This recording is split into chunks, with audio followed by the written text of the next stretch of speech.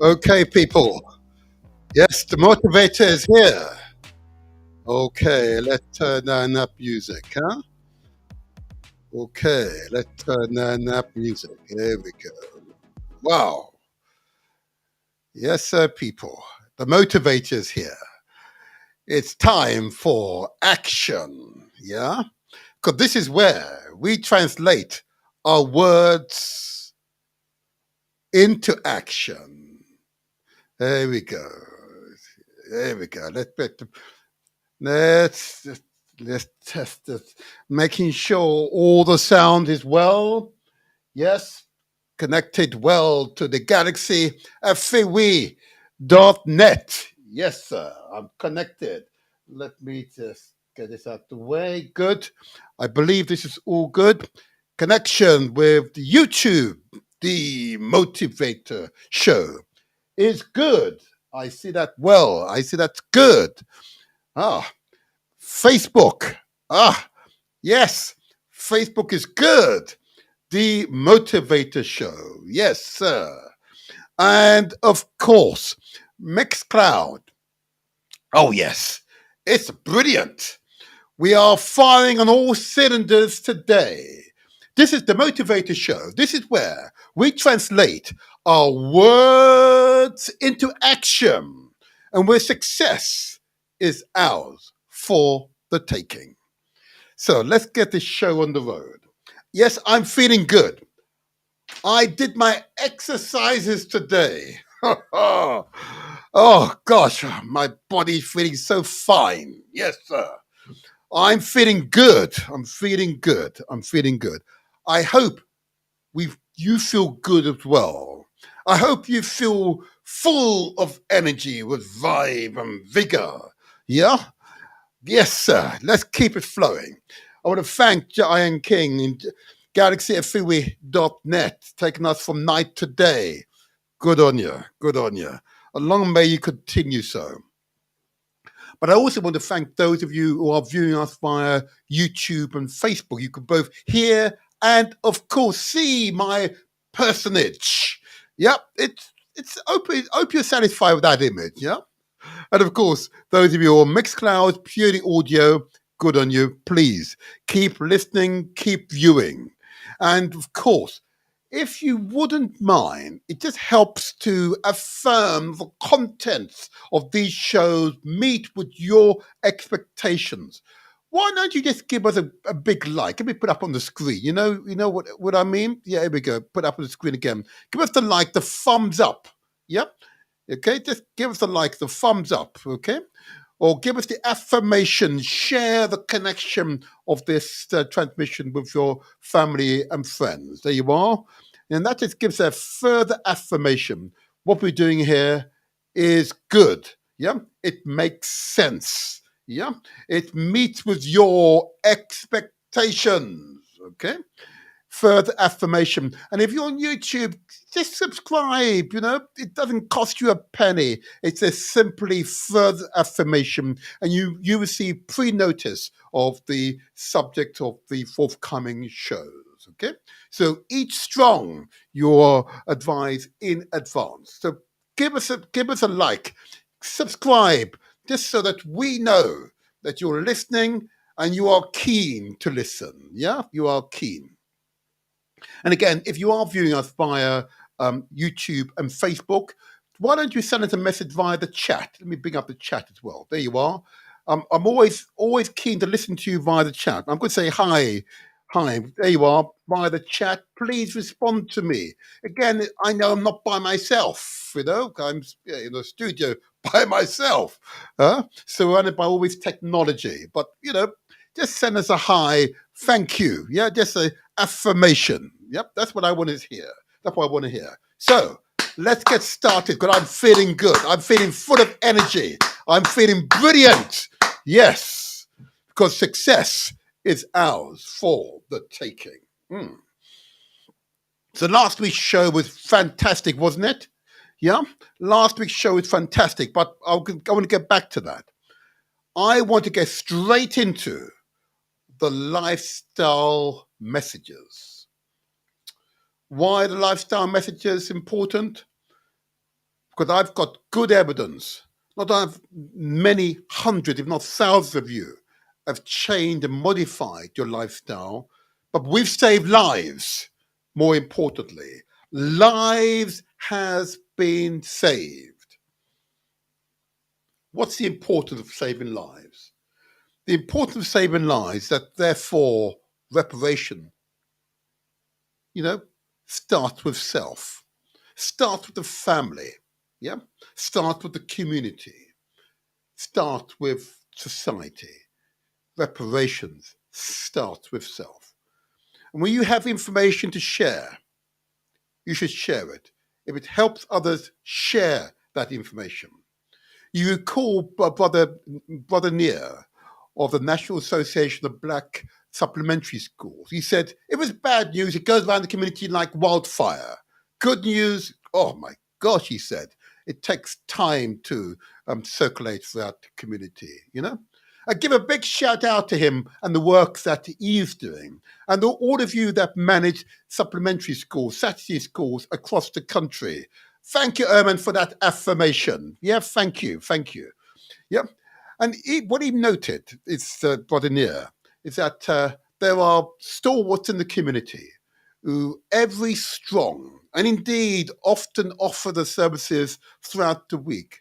supporting our families, supporting our children, providing them with additional educational opportunities, both academic and cultural, traditional education. Yep. So they would not have the difficulty with identity. Would not have the difficulty of understanding our history as African peoples, whether you be born in the Caribbean or the continent. Yeah. Here in Britain, of people of African heritage. Yeah. Our history from our perspective. Really important from our perspective. Really important. Yeah. Really important. So I'm going to give a big shout out to Brother Near. And let me just find this little graphic. I've got a little graphic for him. There you are. I could bring it up on screen. And those of you who are viewing us via Facebook and YouTube on the Motivator Show, okay?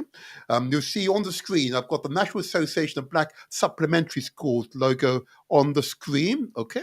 And if you want to contact them, you can contact them via the website, which is www.nabss.org.uk. Or if you wish to ring him, he's put the number on the website, so he's free to ring him on this number 07958 348 558. 07958 348 558. What's the significance? There are many of our children who are now coming to the end of the term, and wouldn't it be fantastic for them to attend one of these supplementary schools that we've organized, we finance as a people, in order to support those children so they've got something to do. We don't need local authorities to create youth clubs for us.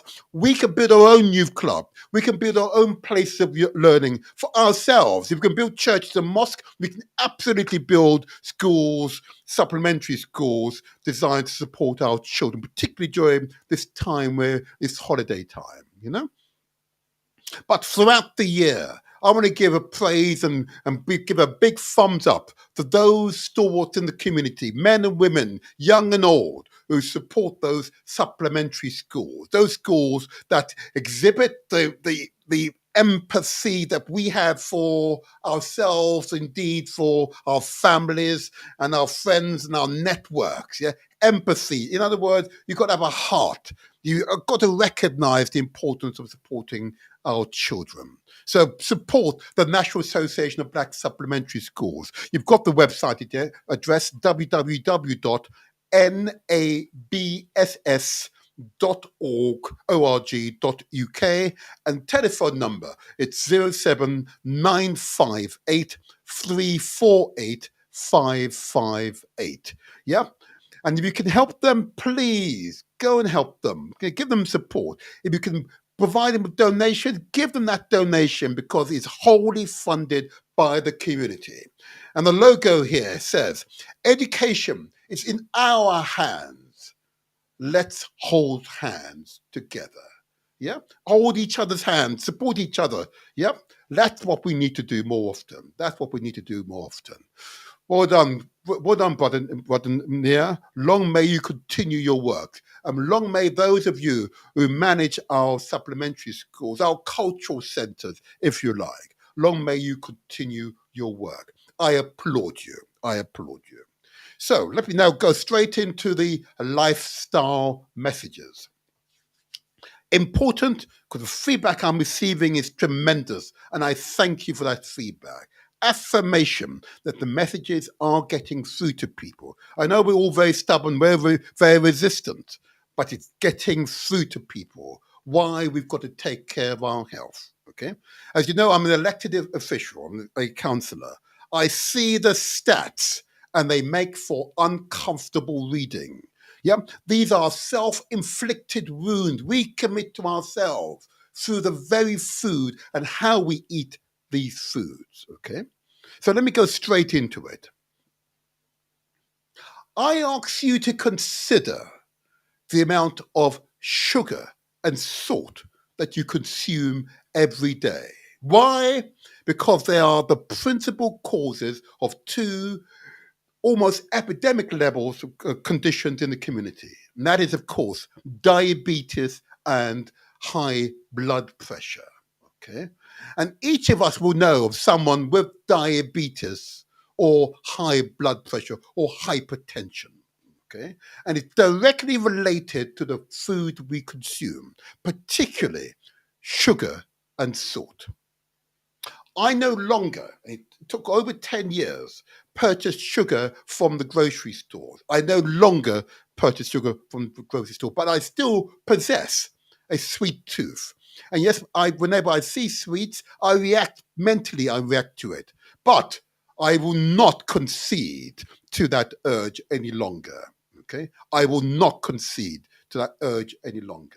And I've made a clear decision. I will not take in excessive amount of sugar. So I no longer add it to my teas and coffees, okay? I avoid whenever possible the cakes, okay? I may have a small amount, but I never do more than that, okay? And whenever someone gives me sweet food, I might nibble at the side and say thank you for that food, but I will not consume the whole amount. Yeah? It's a deliberate act. You've got to make a deliberate decision that you will not take in excessive amount of sugar. Okay, in my case, it was sugar. But it was a habit I'd formed as a child. Too many parents, guardians give children sweets as a treat, as a good thing. Actually, the children don't need it. Give them fruits and some vegetables. Yeah, let that be the habit that they form, not the sugars and the salt particularly from those crisps, for example. Okay. I pause there because I want you to think about it. It's such a almost apparently benign, innocuous ingredient, but actually can have long-term, profound impact on our lives. Okay, and diabetes is running at epidemic levels throughout our communities. Yeah, that one, if not two, out of three families in our community has someone with either diabetes or hypertension. Hypertension, of course, high blood pressure. Salt, excessive consumption of salt hardens the arteries, the raising of our blood pressure, the result of our heart working that much harder to force blood through our arteries and veins. Yep, it's a self-inflicted wound. And we add salt to our food, what? For flavor enhancement. Again, it's a habit we form as children. It's a habit that we need to modify. And if you are going to add salt, add just a small amount, gradually reduce it. I'm not giving an instruction. You can choose for yourself. Yep, you can choose for yourself. But the recommendation is from all the health professionals is that you gradually reduce the amount of sugar and salt from your diet. Yeah. And two, you don't need to add it because often the food we're consuming already contains sufficient amount of sugar and salt. It's your choice though, but I urge you to think twice. That's what I urge you to do. Okay. I also urge you to consider the amount of carbohydrates and fat that you consume each day. Carbohydrate is typically taken in through wheat-based products, particularly if you live in the West, yeah, through wheat-based products, okay, and some root vegetables, but particularly the bread and anything that's got wheat in it, usually jam-packed with carbohydrates. The experts tell us, the nutritionists tell us, that you should only, per sitting, consume no more than a fistful of food per sitting. There you are. There's my fist. Those of you on YouTube and Facebook. Yeah, I know. It has taken me some time to gradually reduce the portions of food that I eat in each setting. Because, you've got these plates with about 7 or 12 inches wide. Yeah, enormous amount of food we put on our foods on our plate, and clearly we do not need that much food. Honestly, to survive, we honestly do not need that much food. So I urge you to consider the amount of carbohydrate that you're consuming, and equally, I urge you to consider the amount of fats that you're consuming. Now, fat, of course, if you're a meat eater, you'll see the white streaks in the meat. Yep. That's fat. And if you're grilling it, you see all this clear liquid coming out. Yes, it's a proportion is water, but that's fat. Yeah. And dairy products are simply another form of cow's fat. And what do? We store it in our bodies. Yeah, we store it in our bodies. So you see, so many, particularly women who are overweight in our communities, with the bloated shoulders, the bloated abdomens, the bloated thighs, and the bloated buttocks. Yeah, the bottom, if you like. Yeah, and there's no need for it. Honestly, there is no need for it. We simply overeat. It's a habit, again, we form as children. We simply overeat. It is difficult habit to break. And I know, I get it, I get it, I get it. Because I haven't quite mastered eating only a fistful of food per sitting. I haven't, look, and I've been doing it for some years now, but I've absolutely gradually reduced the amount of food I consume per sitting, without a shadow of a doubt. Okay.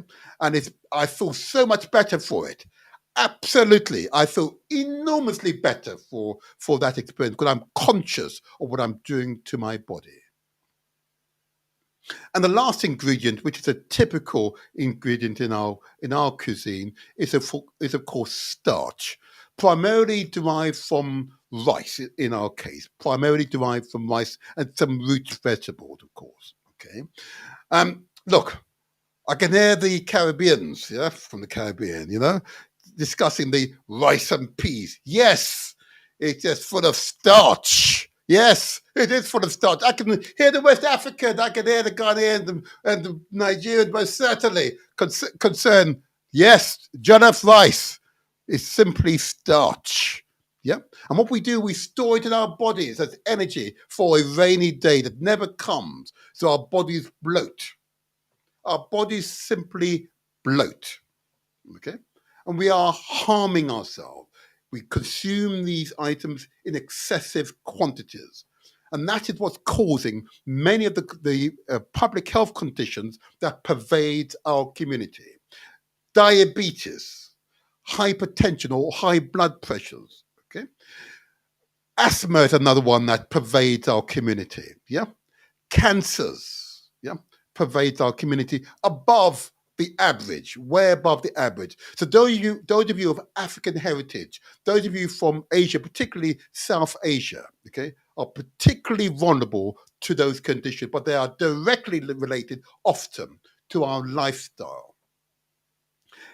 Once I became aware of this, and yes, I'm an elected official, and yes, I'm exposed to the stats, and I can see the harm we're doing to ourselves. But I knew this beforehand. I simply hadn't reacted until I saw the stats. Or indeed, it became even more apparent to me when we had COVID.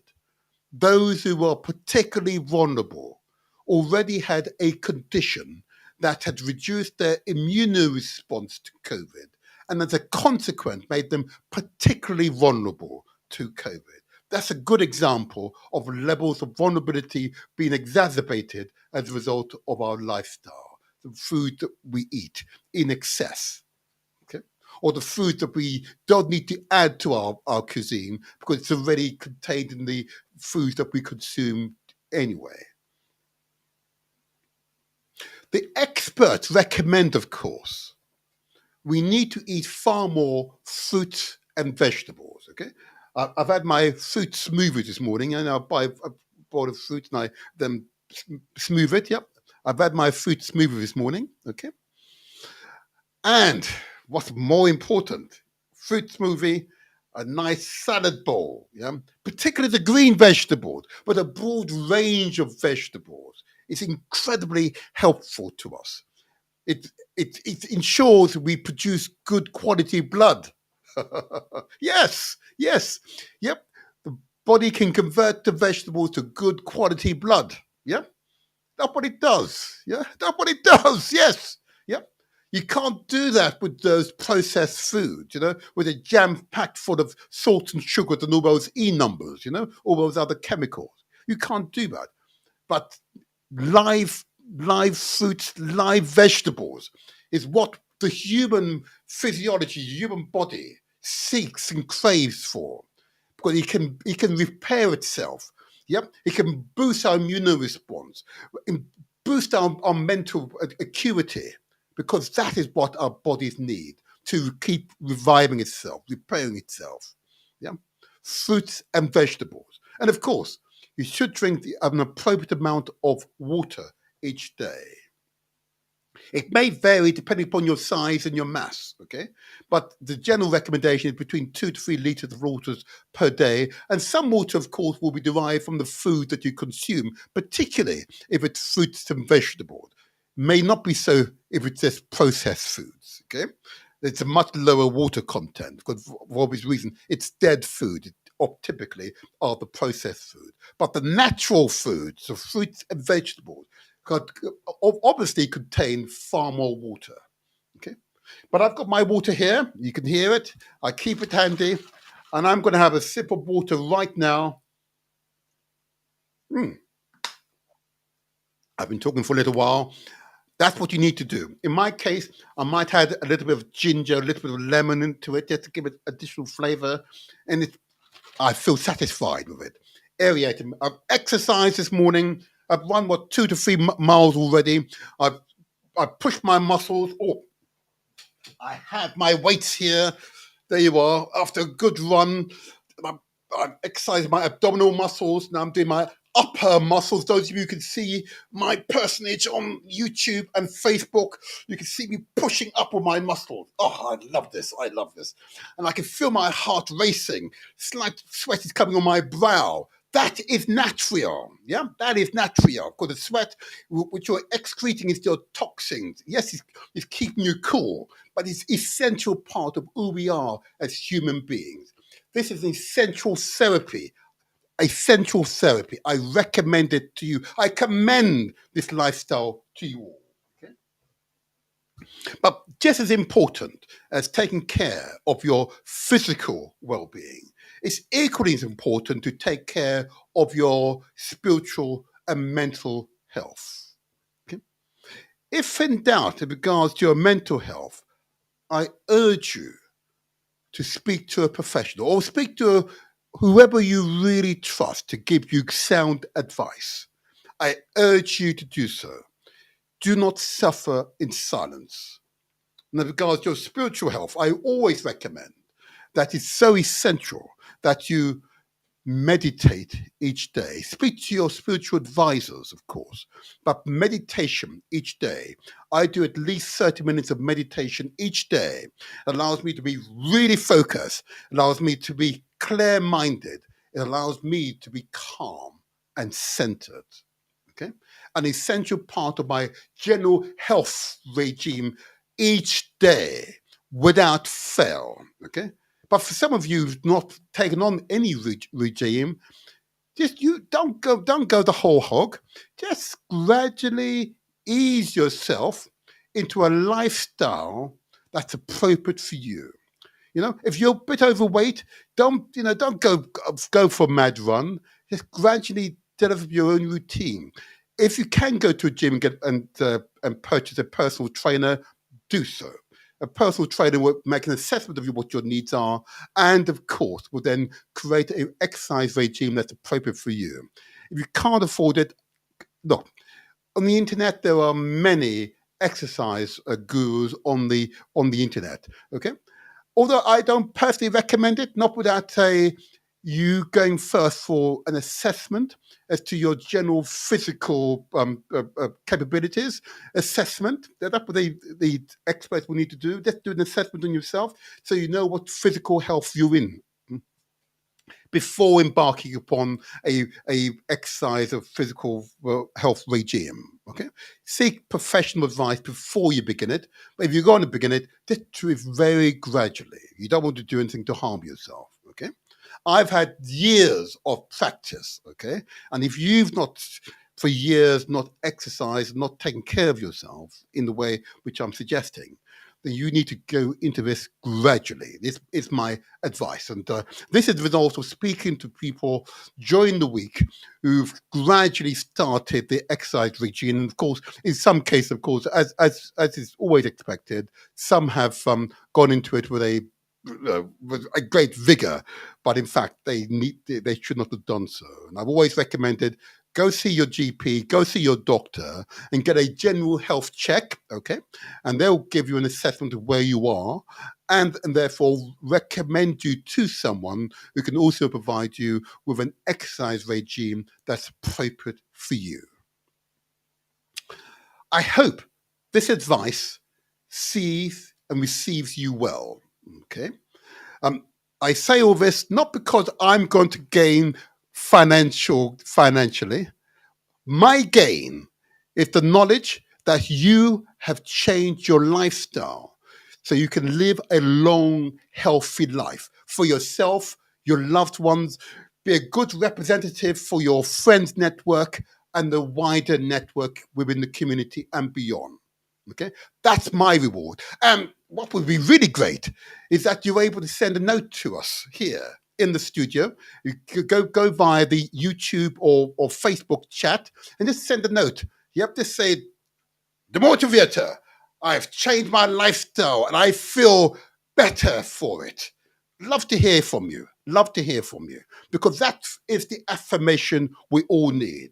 Because as the old saying goes, we are all but one family. Okay, and we can talk about the family, the human family, soon. Yeah, Zolta, thank you for that affirmation as well. Herman, thank you for your affirmation as well. Andrew, thank you for your affirmation as well. Tony, thank you for your affirmation as well. Miriam, thank you for your affirmation as well.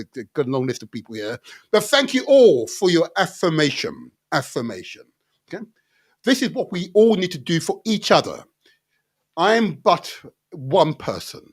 If you magnify these words, share copies of these videos, or indeed, where you have relative friends who you know need advice, please give them a pathway to seek out professional advice. You know, either to go and see a doctor, a nutritionist, or someone who's able to access their medical records, so that the advice that is finally given to them is their advice which is appropriate for that person. Okay? And as the National Association or Black Supplementary Schools would say to us, education is in our hands. Let's hold hands together. And let's do this together, because working together will magnify our impact on our community and the wider society. Let's work together. It's the only way forward. Okay, all this immature bickering, which is pervade much of our communities too often, is simply immature bickering. Okay, that's what it is. That's what it is. Together we can make the difference. Praise Jah, Rastafari, bless Ashun. Ay, ay, ay. Okay, so those are the I'm about to say health messages, but lifestyle messages. They're of course health messages, but they are essentially lifestyle messages. And if in doubt, you seek out a professional. Please, mine is by guidance. You speak to a professional, and the professional will provide you with the authoritative information. Okay, all right. Let's make a difference, huh? Let's make a difference. Let's keep moving on. Let's keep moving on. I want to acknowledge, just spend a few minutes to acknowledge some past contributors to the show. Okay, and we've had some truly inspired contributors, you know, and those contributors have ensured that this show has really been well impactful. Okay, last week I mentioned the show we did on prostate cancer. And I must say, I was heartened by the responses I've received about that, and it is interesting. You know, it's the only show I've actually carried out that focused on men's health. Okay, about a condition that potentially, well, 3 or 4 in 5 of us men will contract a prostate-related condition, which could quite possibly include cancer. prostate conditions are akin to breast conditions in women, you know. Now, it is profound. I've said it, I say it every week, that there's a national screening program for women and potentially breast conditions, particularly cancers, but not equivalent for men, which is most peculiar, isn't it? Most peculiar. And that maybe that's the next big campaign we should demand of the government. That should be, there should be a screening campaign for men. But nevertheless, if you're a man of African heritage or indeed from South Asian heritage, and you're over 45, 45 and over, okay, it is recommended that you should go to your doctor and ask for a PSA test. Yeah, that show we had the privilege of Professor Frank, who was a specialist in this area. Okay, and he provided some really sound advice. Okay, that show went out on the 6th of May. If you wish to watch the recording, it's on YouTube and Facebook on the 6th of May, and it was entitled "Black Men: The Truth About Prostate Cancer." Okay, listen to the professor.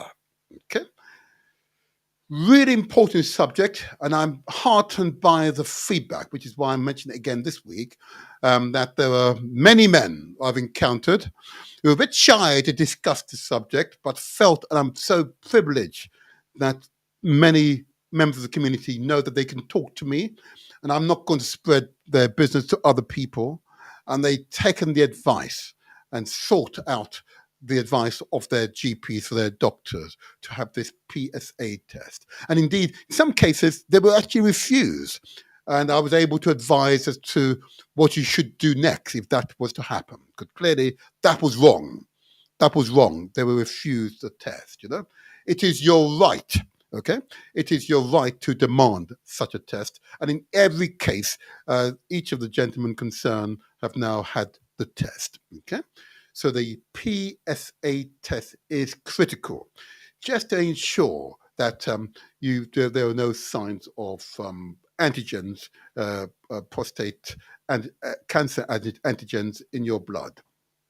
And it's non-invasive, I understand, apart from taking blood, of course. But otherwise, it's non-invasive, not what you might think. Okay? So it's important. I urge you, if you've not had a screening for prostate cancer previously and you're over 45, I urge you to do so. Even those of you who are like me, who are highly foolish, who hadn't gone to a doctor for 20, some cases 30 years. Yeah. Look, I get it. I understand. Okay. It's risky.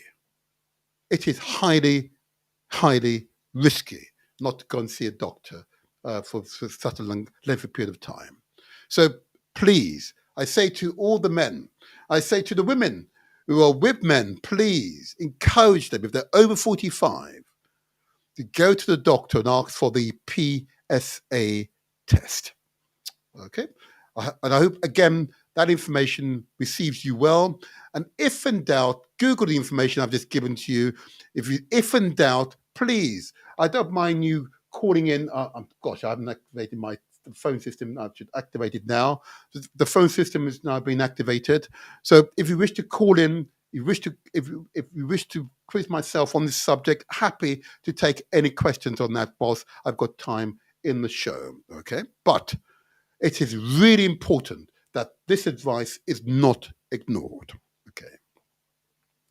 And I also want to give a shout out for a show, and I've said this before, that went out on the 21st of January. Okay. And the title of that show was the African or Black Nuclear Family Matters. If the show, for whatever reason, I note, some people, in fact, far too many members of the community, were somewhat coy to watch the recordings on YouTube and Facebook. Why? Well, look, if the majority of our children are born out of wedlock and only being cared for by one parent, we know we're putting our children at a statistical disadvantage. Oh, I've got a call coming in, have I? Let me just check this call. Where is this call coming in from? One moment, let me take this call. Is it coming in here? You must forgive me.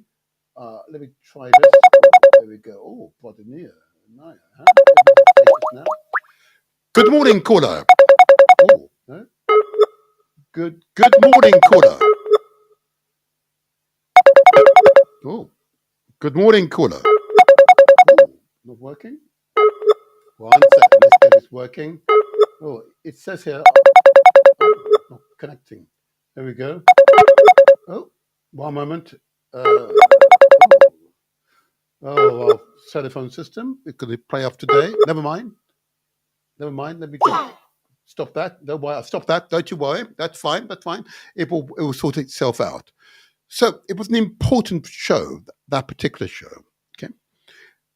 Our families matter, but all the stats tell us mum and dad are critical. Okay. Mum and dad are critical if we want to give our children a good start in life. And I say to the men, I'll leave others speak to the women. I say to the men, what you do as men, okay, is critical here. Okay. Young men in particular, I want to speak to. You want to make sure that your sons and daughters have the best possible start in life. So only procreate when you're ready to marry. Yep. When you're ready to be with that child, that newborn, full time. Yep. We can take on the responsibilities full time. Yeah. I want to keep speaking to the young men, okay? Because if we allow the current situation to continue, okay, it means that too many of our children are born into poverty. Yeah. It's born into poverty, okay? And obviously, if our children are born into poverty, what are we doing to them in effect? What are we doing to them? What are we doing for them? That's where you've got to ask yourself the question: what are we doing to them? Yeah, is this beneficial? Okay, let me just take down this picture of the National Socialist Black Zeppelin School. There you are. You can see me personally. There you are. I'm now visible. There you are. Okay. So men only procreate if you're sure the woman you're with you want to stay with for the rest of your life. Yeah. Almost certainly to ensure that the children receive the best possible start in life. Because can you imagine in America and increasingly here, up to 70% of our children are born and only a single parent are rearing those children. We are deliberately disadvantaging our children, which is why the supplementary schools are so important. We've got to make a conscious decision. I say granddads, yeah? I say to granddad, I say to fathers of sons, yeah? Give them the advice. Give them the advice. I say directly to those young men, only procreate with a woman you want to stay with to ensure that child had the best possible start in life. Doing it at arm's length places that child at a serious disadvantage. I want you to watch that particular program that went out on the 21st of January, okay? I'm not going to criticize the women. I'm not going to criticize the women because they just try their best. Yeah.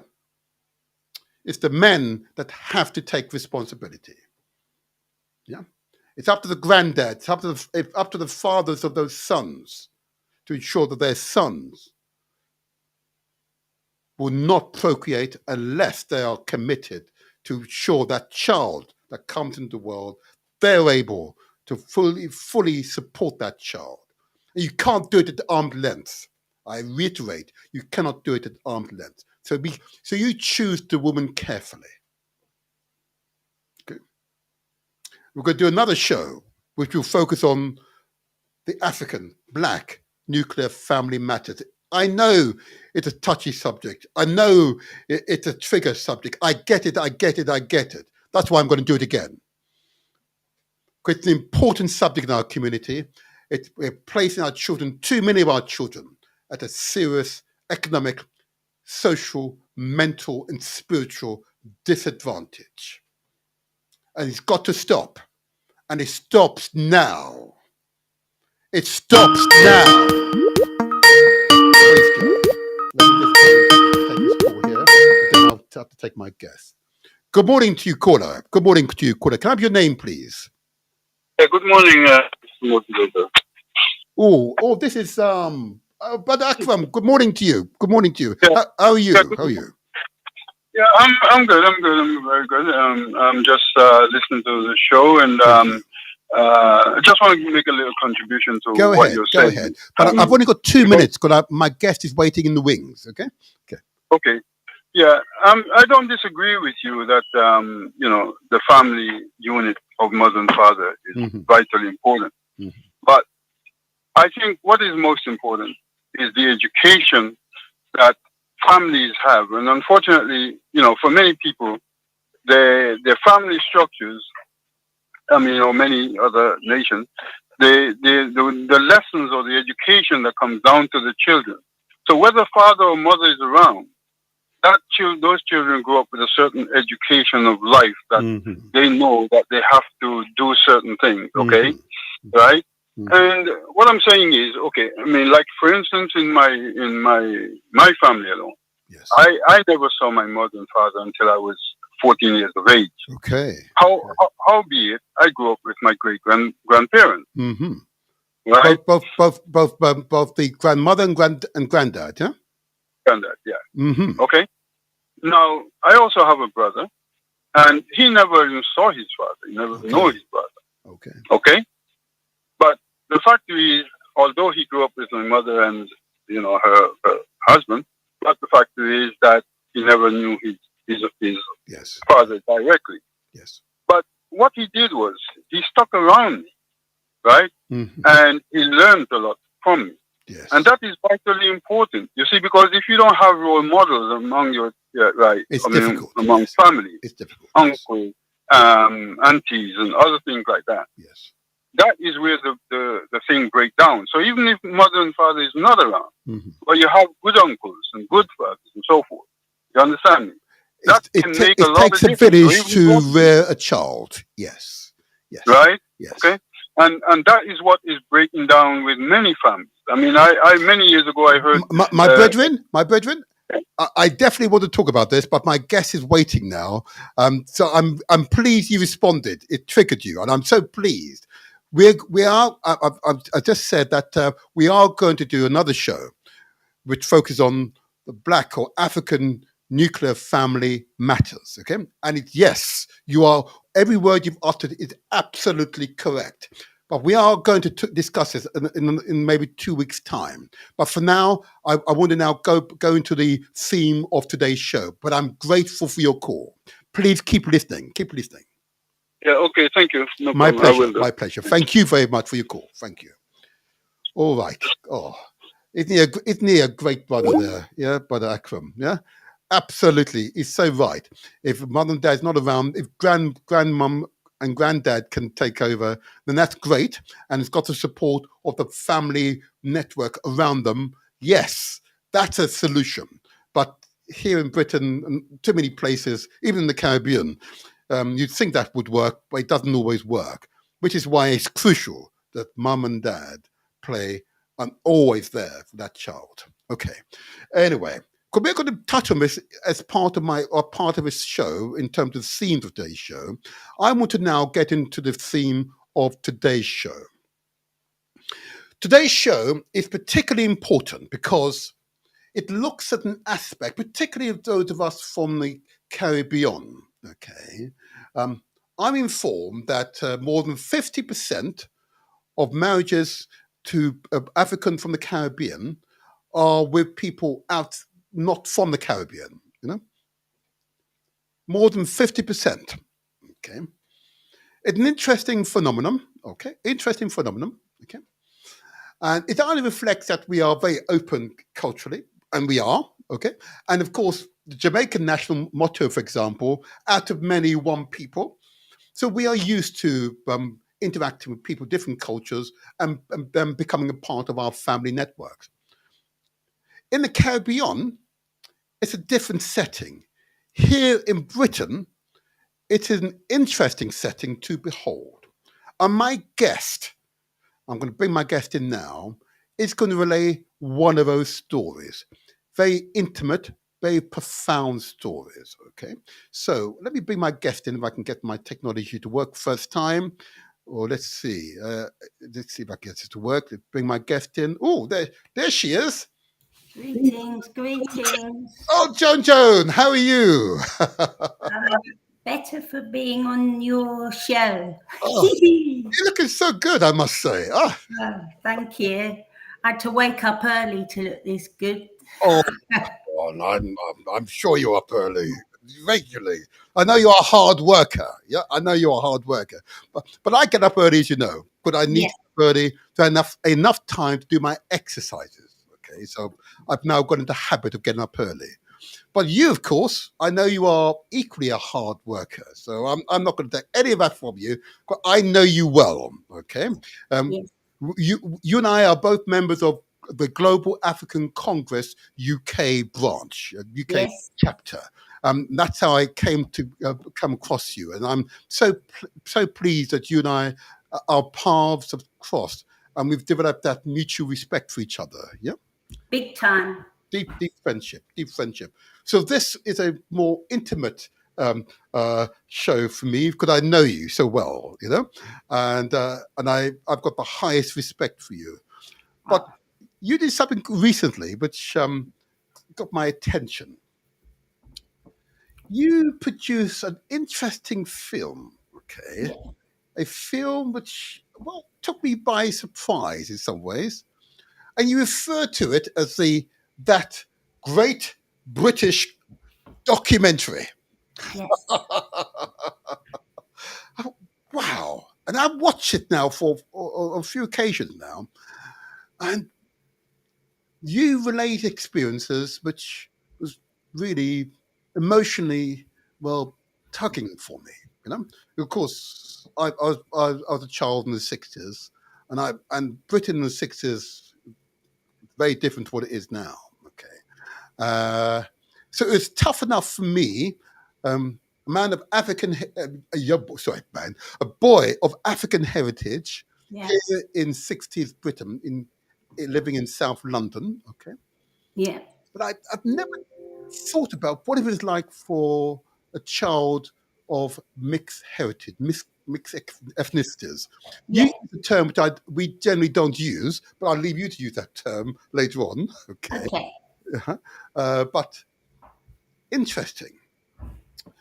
So let me go straight into this interview. And I want to make it really conversational because there's so much here I want to ensure the audience is able to appreciate about you, your experience, your family, and Britain at the time. So let me put my first question to you, Joan. Yes. What is your memory of your earliest home here in Britain? Yes. I'm just going to quickly say thank you, Martin. You're so welcoming. It's on BBC iPlayer now if people want to watch it. So it'll be on BBC iPlayer till February. Let me just say the name again. It is on BBC iPlayer, that great British documentary. Go. So that after you've seen it, the next day you can go up to someone and go, "Have you seen that great British documentary?" Okay, so sorry, I had to plug it because the BBC aren't promoting it.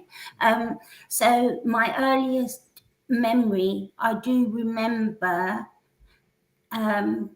getting up in Britain, getting up at about 4 o'clock in the morning every day. Mm-hmm. And it was because my mum from Grenada was going to work. This is in Britain. And I remember walking to the carers that she dropped me off at first thing in the morning.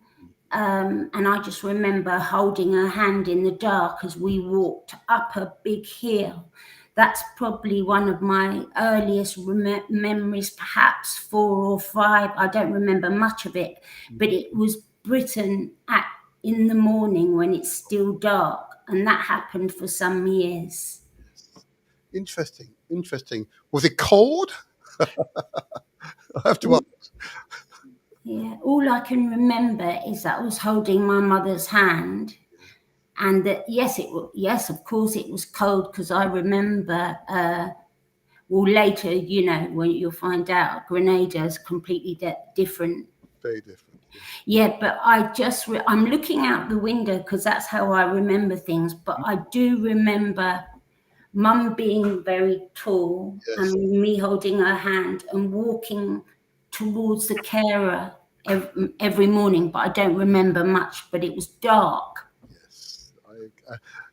Mine, I can tell you, I recall the cold, the snow. Yeah. Occasionally it was sunny, I recall, but I just remember the snow. And so those of you of a certain age will remember in the 60s and 70s, we had some really hard winters. Yeah. I remember those hard winters. And that had a profound impact on my psychology, I have to say. Hard Yes. winters, yeah. Okay. Yeah. Now, you are, of course, of mixed heritage. Yeah. What was it like being of mixed heritage, but surrounded by English people for the most part of your formative years? And what was your impression of English people? Okay, so I was born in the 60s like you. Mm-hmm. I was born in London at King's College Hospital, but then I grew, most of my formative years were in Maidenhead, Mm-hmm. which was very white, very middle class. When I was very little, I know that I was labelled a half caste, or I would use the term branded, actually, because the branding of people of African ascent has been going on for 500 years, literal or theoretical. So I was labelled a half caste, and I use that term. I know people don't like it, but I'll always remember that term for the rest of my life. It defined me, meaning half pure. And I remember English people as being people who, when they looked at me, they didn't know whether to like me or hate me. They were conflicted. So instead of engaging, they always looked away. So when I was growing up in the 60s and 70s in a very white environment, school, church, what have you, I was effectively invisible. People didn't really look at me or engage with me. And they definitely didn't if I was with my parents. My dad was white from Peckham, Mum from Grenada. So my impression of white people, English people, sorry, is that they were always at a mental and physical distance, and their eyes were dismissive and judgmental. That's an honest Wow. And you were a child, and you could sense that. You could observe those details. How profound. When you're born on the outside, as many of your listeners and you may understand, you're born on the periphery of whiteness.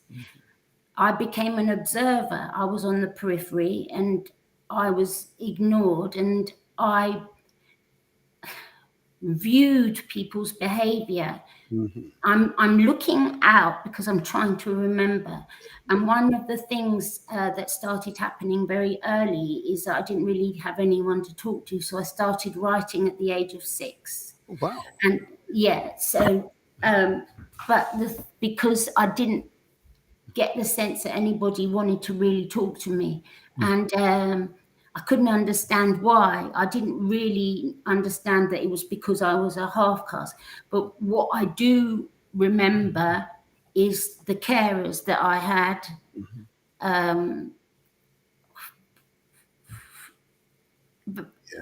I have some. Yeah, my carers effectively told me who I was. I had one. I don't know if I should go into it, but Go to that. because I started having carers from about the age of 4, they all consistently for probably a decade made absolutely sure they knew that I wasn't British and I was effectively a leper. Yeah. It is interesting, isn't it? Because clearly Britain, of course, even in the 60s, well, early 60s, had the 1948 Act, which if you were born in Britain or in the Empire, as it were, that you were all British. We were all British. And it is a curious thing, the ignorance of those who live here on the British Isles, as it were, their levels of ignorance about the societies which Britain has propagated across the world, and those societies were an integral part of their own. It is interesting, isn't it? It's another interview for another time, and I'll share some of my early observations. But suffice to say this: my early observations of English people, Scotch, Welsh, and some Irish people was they'd been fed a diet of superiority. Yep, and that is and that diet was fed to them by those who control much of the wealth here in Britain, and consequently needed to keep the working classes in check. Okay? Yes. So if you can keep the working classes fighting amongst themselves, then of course you won't notice the fact that there are families, many families, who per day were earning tens of thousands of pounds, whereas the workers were only earning a handful of pounds per day. Okay, so it was a way of, so it was evident to me that they didn't understand their own society. And I was aware that my parents were here because of the invitation by the British government, wanting people to work in the National Health Service, the railways, and so on, because there wasn't enough workers here. And if we came here and worked here, we'd earn good wages, but also create wealth for Britain, far better than what we could ever earn for ourselves. So we're good for Britain. We're not bad for Britain. I remember thinking that they don't know that we're all British, and it was it's most curious how vulnerable the white working classes are, and indeed many of the middle classes here were vulnerable to the subtle propaganda that they were fed to as children and into their adulthood. Okay? Yeah, quite interesting. Quite interesting. That's a lack of that's what I mean, you said that you used the term superior, that people were superior, and I truly believe that they did know that we were British. They just couldn't deal with the idea that they were in competition, because I really think the mindset of Great Britain, I call it, they're suffering from, I made up a word, empiritis. Good word. I like that. A sickly obsession with colonialism. I mean, I've abbreviated that slightly, but a lot of people suffered from, and still do suffer from, empiritis. And my dad, who was white and very working class and very poor, amazing man, he also suffered from empiritis. He used to forget that he'd married. But Joan, and it's really important, because I know that there'll be many people who are going to view this. You see, I don't blame them. It's the information diet that they were fed, the propaganda that they were fed, that was the root cause of the problem. The level of ignorance, again, the lack of information, lack of awareness, that is the root cause of it. And I've encountered many thousands of white people who, once they become educated and understand their true position in the world, now begin to appreciate and respect peoples of different ethnicities. They were able to overcome that superiority complex that was fed to them as a means to manipulate them by those who have significant economic control over the means of production and information production here in Britain. A question for you then. Are you Grenadian, as your mother's born? Are you English? Are you British? Or are you African? Because that came out in the film as well. Tell me, what's your identity? I'm African. Wow. Yes, simple as. Regardless of whether people think I'm, some people feel that I'm too light, but I'm African. It's a fact, and it's also a feeling, a deep feeling. Through my journey, it's not a badge, it's not an academic decision, it's not theoretically, it's a deep feeling. And anyway, we all come from Africa. I know people shove that terminology around, but I always felt that there was something missing growing up. My mum didn't really have time to tell me about your heritage. Yes. My heritage, and I always felt that something was missing. Yes, I hear you. And you're quite right. You're quite right. And I'm going to just put my head up and bow to you for that recognition. I'm going to put my head up and bow to you for that recognition. And now, of course, you've now found a tune with human history, the oldest and indeed greatest human history. Yep. So well done you. Well done you. Thank you. It's the womb of the world. It is the womb of the world. But I noticed in the film, you had an encounter with a mutual, highly respected person who I don't interview enough, but I will now saying it loud. I will interview. Yeah. I'm going to let you call his name. That was that encounter. That was powerful. Describe the encounter. You tell the story. You tell the story. Okay, I'll tell the story. So I've been to loads of African gatherings. When I say gatherings, a Mark Duggan vigil. I went Mark Duggan vigils. I went to Slavery Remembrance, which is now renamed Sankofa Day. And every time I went to some event, there were loads. I went to. I always saw this tall fella looking very statuesque. He generally wore a big brown hat and just stood there looking statuesque. And that was, of course, Glenroy Watson. Yes. Hey, Glenroy, I hope you're watching this. Yes. Go on, who doesn't like me saying anything emotional. So... but yes, I'd been filming for quite some time, and I'd seen him, and I thought, I wonder if I should just go up to him. And I went up to him, and we were in Trafalgar Square at Slavery Remembrance, Enslavement Remembrance annual event in August. And I introduced myself and I said, oh, hello. And he said he'd seen me around. I'd seen him around.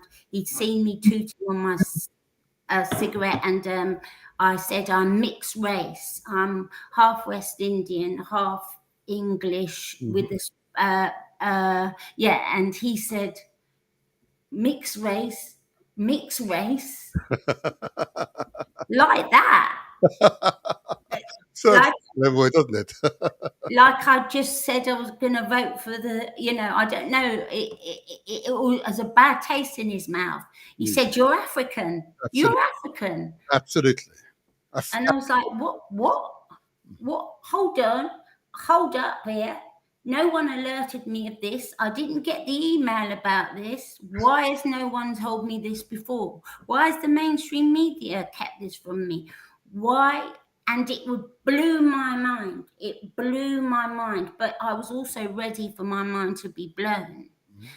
He said there's no such thing as mixed race. There's no such thing. And that blew my mind. because I've been labelled all my life. Wow. But when he said that, it wasn't like I was window shopping for an identity. It was nothing like that.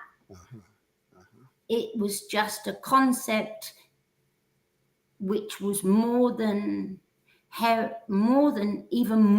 heritage. It had many facets to it that I started to get things.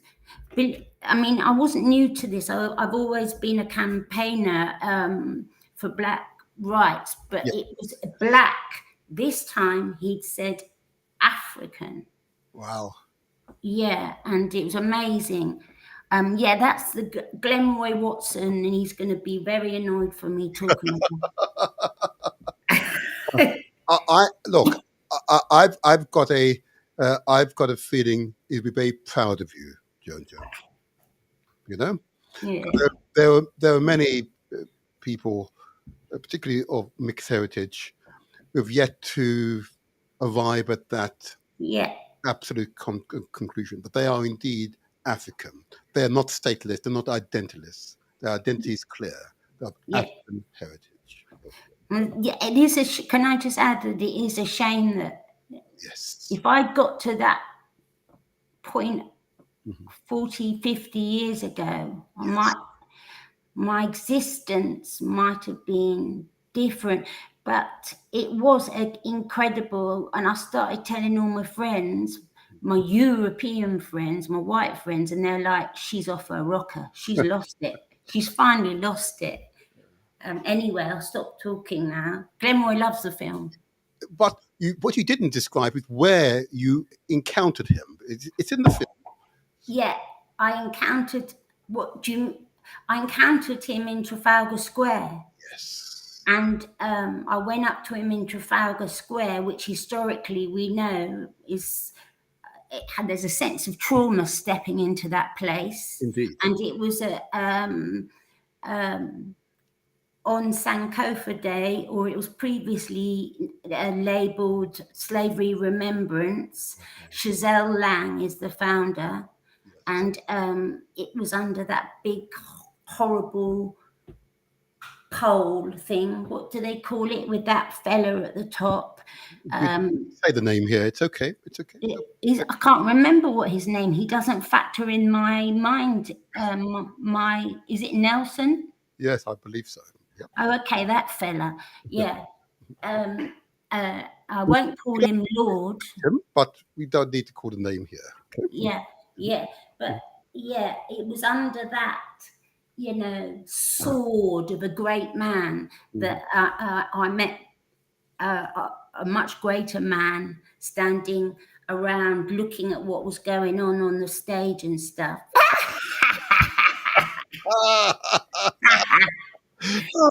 There you are. There's the hat. Yes. Yeah. I can hear him. I can hear him laughing now. Don't you worry. Okay, there you are. That's the great Glenroy Watson of RMT fame, and of course a senior member of the Global African Congress UK branch. Okay. Yeah. Okay. Take it down now. Can I add something? Of course you can. Yeah, thank you. It was the first time, so everybody who's listening, or maybe the majority of people listening, will know that the moment they stepped out their home, wherever that would be, they would be labelled many terms, Black, but many others throughout their life. And when Glenroy said what he said, mixed race, you're African, I thought, this is the first time an African man, a man that I say in the film is packaged within a black skin, this is the first time an African man has given me a label. It's not a label, of course, but all my life I've been labelled, branded by white people. And this was the first time he'd said, you got that one all wrong. I'm telling you how it is. And it was from an African, which was part of the mind-blowing experience. Yeah. Okay. I'm so pleased you've said this. I'm so pleased. And well done, Glenroy. I'll take a picture off now. There you are. That would really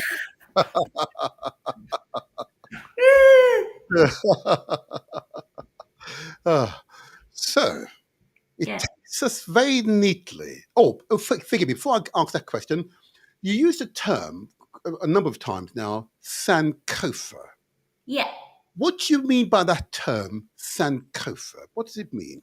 I mean, I learned it from Chazelle Lang, who founded. When I heard that word, when I was told by several people, including Chazelle, go back and get what's yours Absolutely. and bring it to the present. Yes. There are variations on it, Mhm. but when I heard the definition of Sankofa, I thought that is the first word that a child of African ascent should be taught after they've been able to learn mum, dad, thirsty, hungry, ice cream. Then they should be taught the fifth word, Sankofa. Well said. Well said. Thank you. Thank you. Eloquent response. Eloquent response. So it takes me very neatly onto the great British documentary. Mm. Why did you make this film? Oh Why? my, brilliant question. I'm going to kick off now, aren't I? Okay, I'll try and keep it really brief. It's okay. Whilst you're speaking, I'm going to bring in my co-presenter, who's joined us. I'll just bring her in. How lovely. Yeah. Morning, guys. Sorry, I'm having some technical difficulties again. Worry. Just keep this. Go ahead, Joan. Go ahead. Okay, so about 25, 26 years ago, I was homeless for 2 years. Oh, wow. As part of that, when I got given a housing association, I was still not engaging with people, and someone sent me on a course, and then someone else said, my best friend said, why don't you try and get a work placement at the BBC? He filled in the application form for me because I was still traumatized. So I when I started at the BBC, I did get the role. It was a 3-month role in 2001. I was only supposed to stay for 3 months and walk around in the corridors of the BBC looking like what I call a palatably brown ethnic. I think that's why I was there. I was African. You could now say African. Go on. Yeah, African. Yeah. So I ended up winning an award, and they kept me. Yeah, I ended up winning several awards for my writing and directing. However, and I left in 2020. I left in 2016. The reason being is it didn't matter how good I was or people who were melanated like me. It didn't matter how good we were, how gifted we were. I'm afraid to say that we were always the afterthought on projects. I even, I hate to say this, but I even filmed a car promo, and people forgot to invite me to the after party. So, and the BBC there were white people within the BBC who looked after me, who really looked after me. But the system itself was that nothing had changed in the 20 years I was there. So, and one of the things that I used to say to my bosses is, why are there not more melanated people? Why are there not more Africans here filming and directing? Why are the crews always white? And I started getting an African crew, camera, men and women, sound people, and it was a real difficulty. And people used to avoid me in the corridors because they thought, oh, there's that angry ethnic. Let's dart into the toilets. So I left. And the reason I left, and it's a long story, was I was fed up of the lack of diversity. I don't like that word in the mainstream media. So I decided to make a film where I would follow white press everywhere. I would follow press wherever they went. I don't think you know this, Martin. I would follow press everywhere to log how many Africans were amongst those press, those journalists, and they were 99.9% white. And I wanted to make the point that if they're white, if they're 99% white and male, where's the narrative? Where's our narrative? I also started filming. This is sad, but my dad had got cancer, my white dad, and I filmed the last 6 weeks of his life. And it all seemed to converge, and then Grenfell happened, and I was extremely worried that the Grenfell survivors would be filmed in a certain light. Yes. And it started from there, really. And the reason I'm telling that long story is because everything began to connect. The death of my father's whiteness, because I held him I looked after him when he died of cancer. Grenfell, me leaving the BBC, and the documentary evolved because I didn't really know what I was doing. I filmed it on this.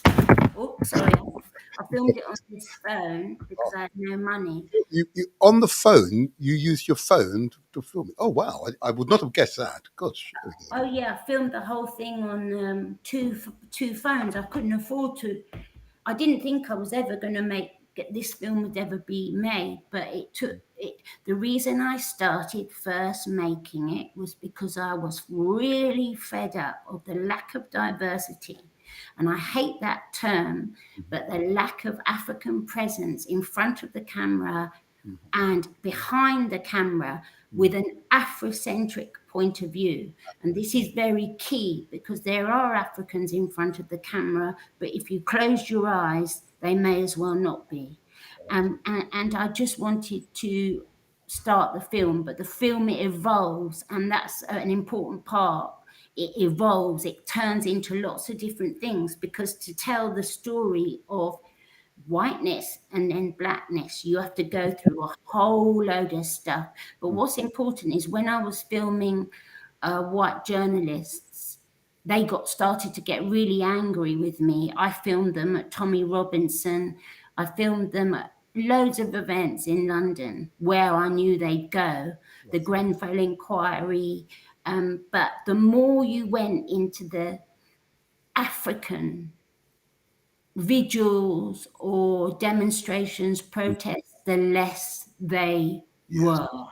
And that is when my documentary began to change and become about, why are you hiding blackness? Indeed. Why? Yes. Profound question to ask.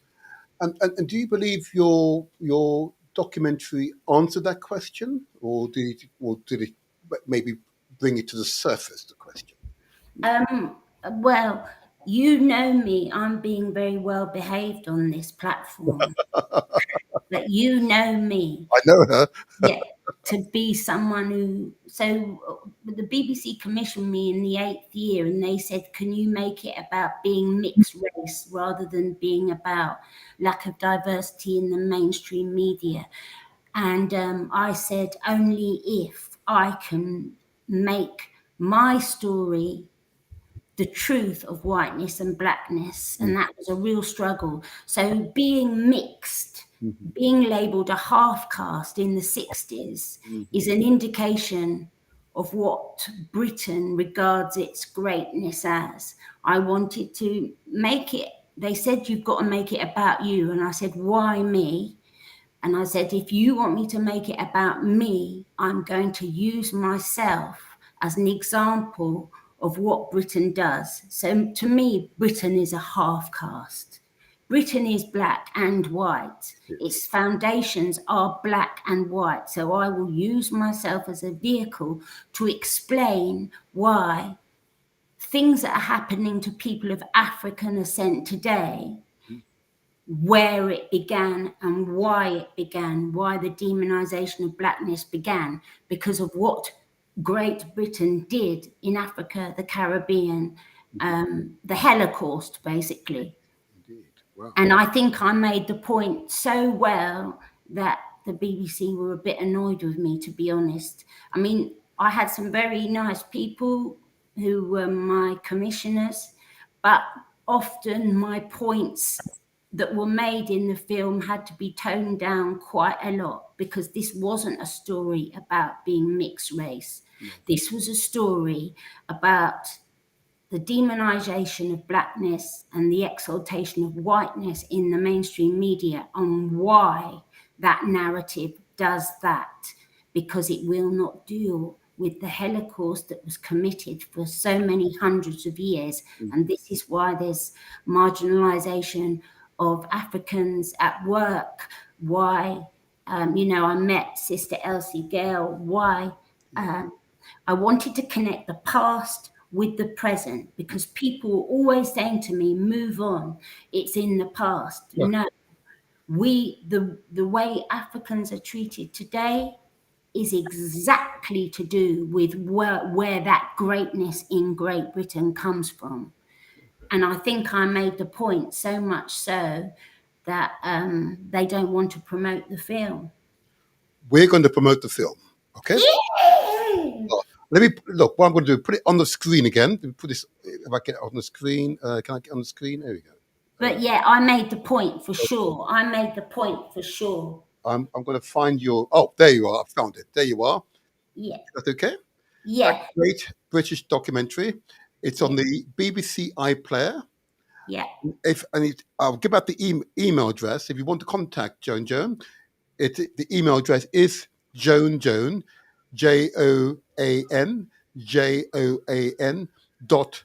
Great Britain Doc, Great British Doc, is that right? Great British Doc at gmail.com. I'll repeat that. So it's Joan Great British Doc, DOC, at gmail.com. Okay. Yeah. Okay. Yep. So it's got up on our feed. That's another promotion for you. We will Thank you. promote it for you. We'll promote it. Don't you worry about it. Thank you. Yeah. I just wanted to add really quickly, because someone said in the chat, Herman, about Windrush, Glenmore and Windrush. So the film goes through all these sort of things. It connects the dots, why it's happening to our Windrush heroes. It connects all the dots about what's happening in the present with the past. But the story is told through my whiteness and blackness. And it's a very unusual documentary. I'm not saying that to be vain. I'm saying it because it's worth watching, because many people here will relate to it and will have their own story like mine, but different. Most African stories of us are like movies that never get made. Well said. Well said. Well said. What will be the subject of your next documentary? Okay. Thank you for asking, Martin. I'll get it. It's going to be, I'm not going to give you the huge details, but it's going to be, if you will remember, it's in the film, that in 2015, we all got our wallets. In 2015, the government finished off paying the debt to the descendants of the enslavers in 2015. So everyone Britain paid this tax off. So it's almost as if, so that's 20 billion in today's money, if I recall. I cannot believe that my mother, paid for my great grandmother to be enslaved. This is a tax that no one ever talks about, and this is what the next one will be about, because it will be 10-year.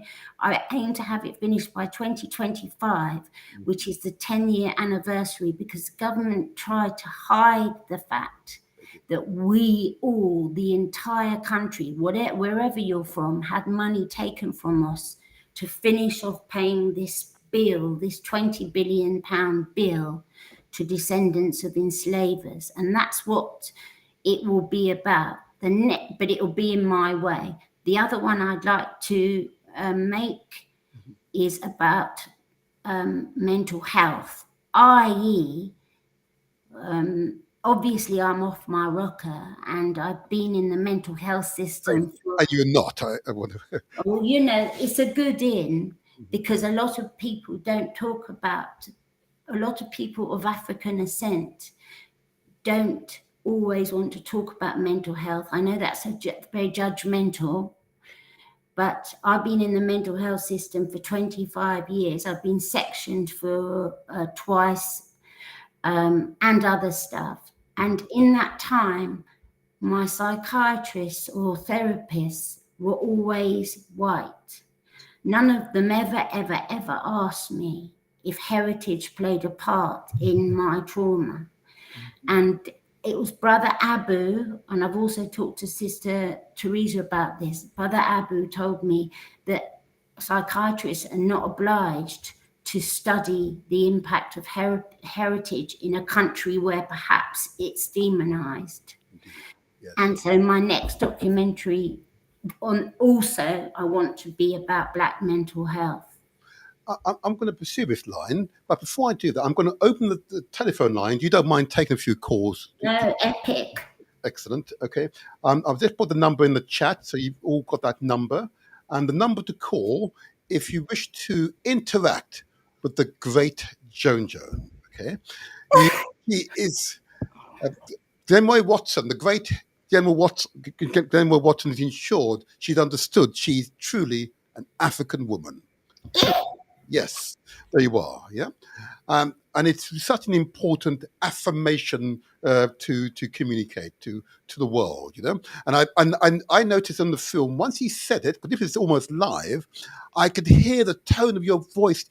It was transformed, you know, and the camera moved. You know, you moved emotionally moved. You were absolutely engaged with Glenroy at that moment. You were with the vice chair of the Global African Congress UK, Sister Judy as well, and she looked on, you know, in a very sage and very feminine way she does, you know, very maternal. And said, "Yeah, you absolutely are an African woman." Okay, so the number to call, those of you who wish to interact with the great Joan Joan, the number to call is 02.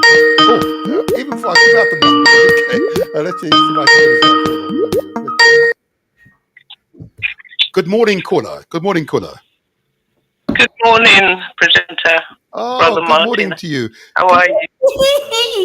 Can I ask you before you start, I did want to give out the number officially, first of all, for those who don't have the number.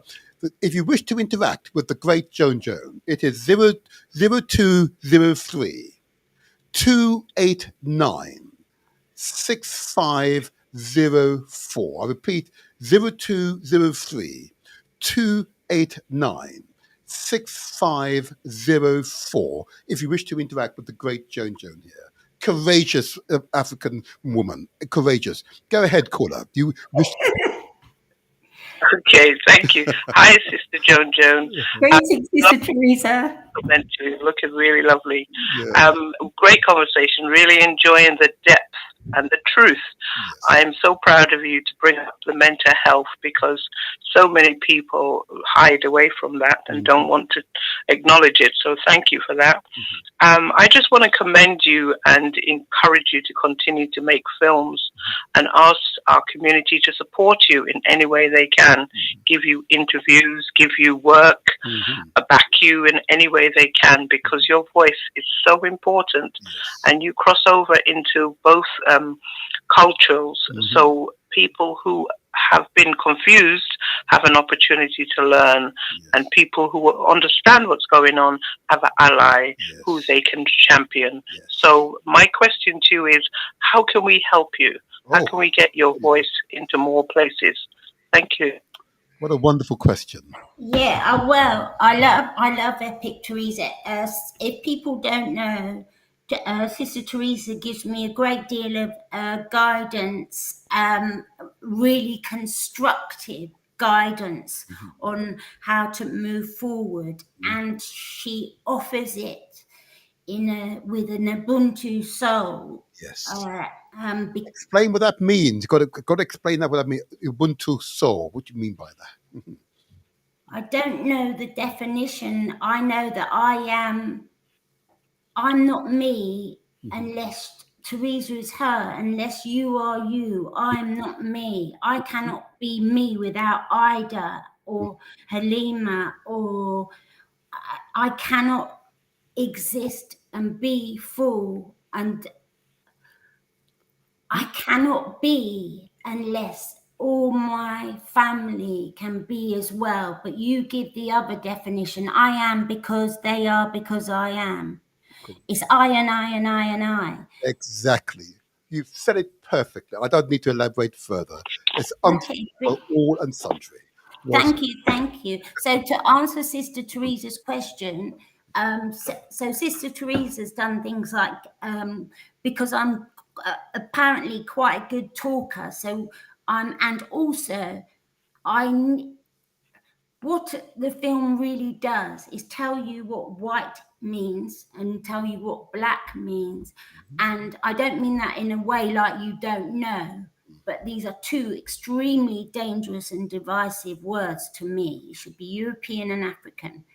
And during the film, I create a piece of art on my wall and build what was my white narrative, Churchill, the Queen, and all that, and then the black narrative. And I want to go into universities or whatever institutions will have me to bring that, because it's life size, it's massive, it's a photograph. I want to show the film because I own the intellectual property, and I want to then be able to ask people to talk and engage, because one of the most important things about it is when Glenroy said you're African, I then began to see everybody entirely different. And the problem with the narrative that we have and have been indoctrinated to, not you, me, was that we are groomed. I was groomed not to see African. I was groomed to see simply black and nothing else.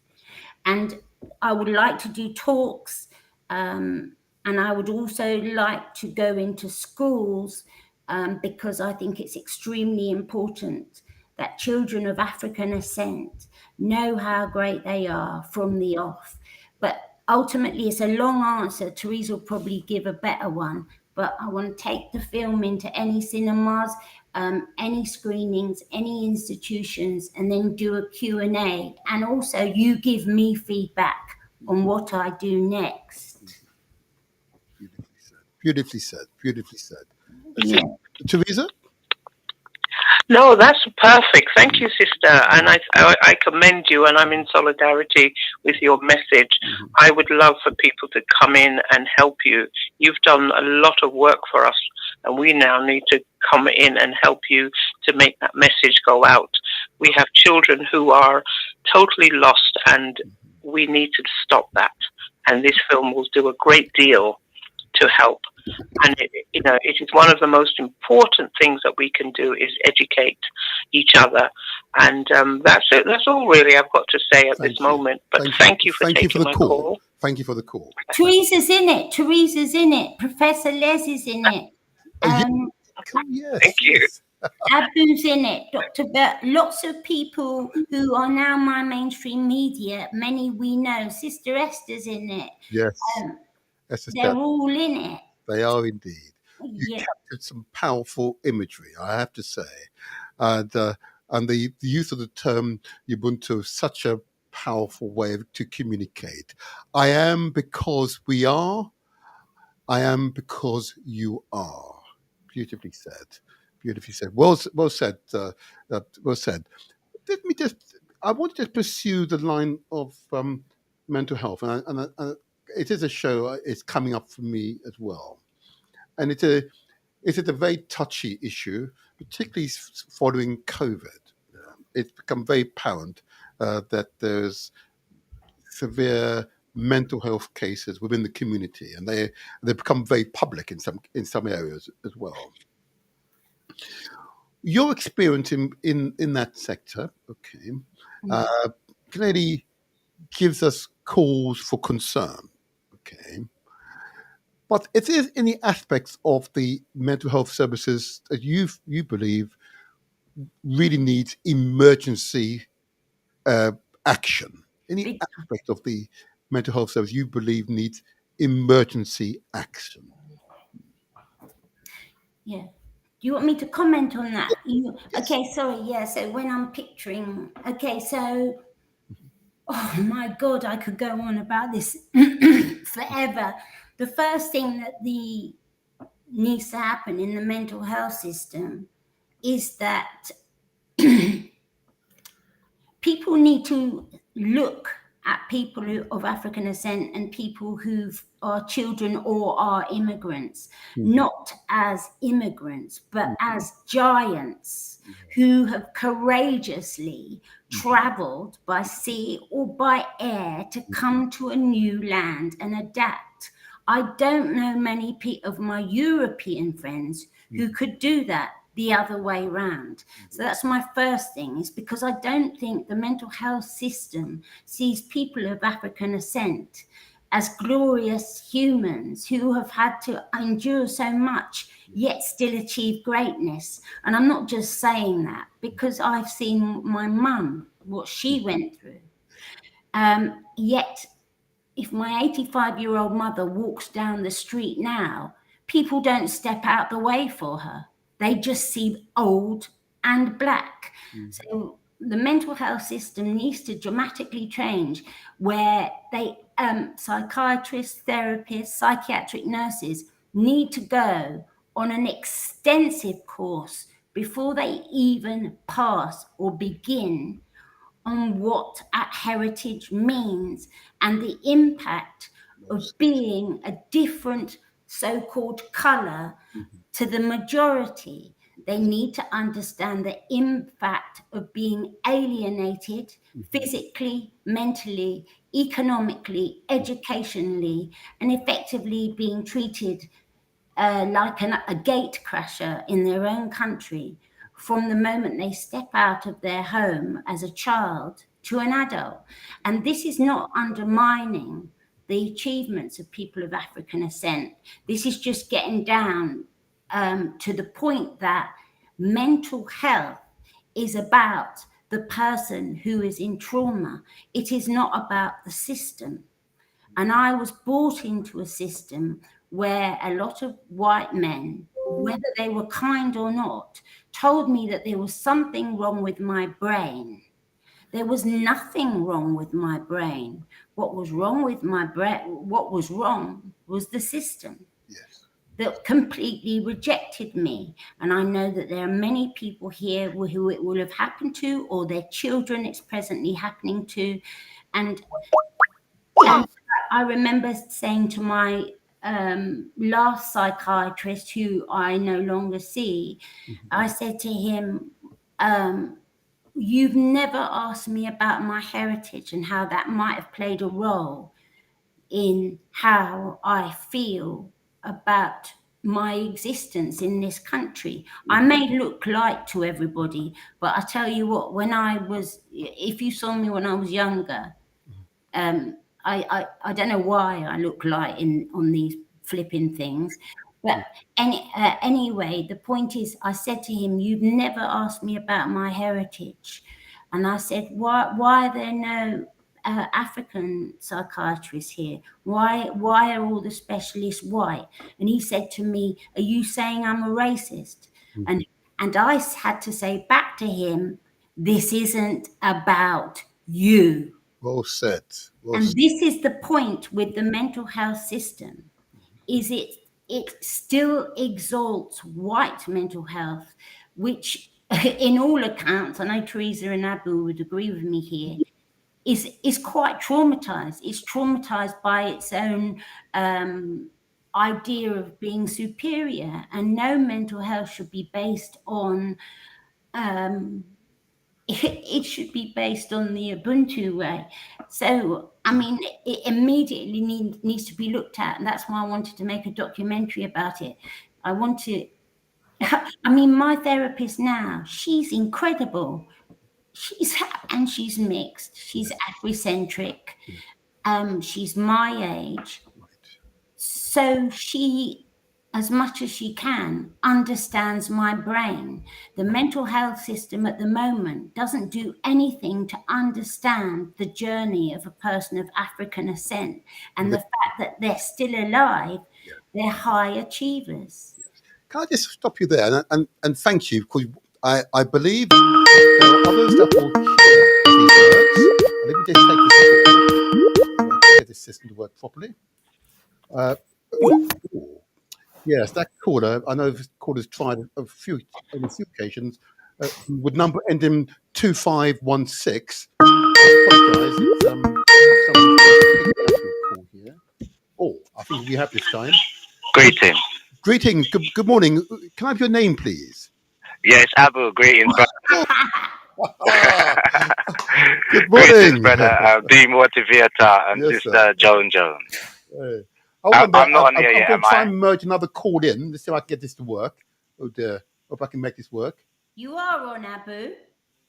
I am on here. Greetings, Sister Jones. Brother Abu. Okay, and I believe we've also got Brother Aston as well on the line. Brother Aston?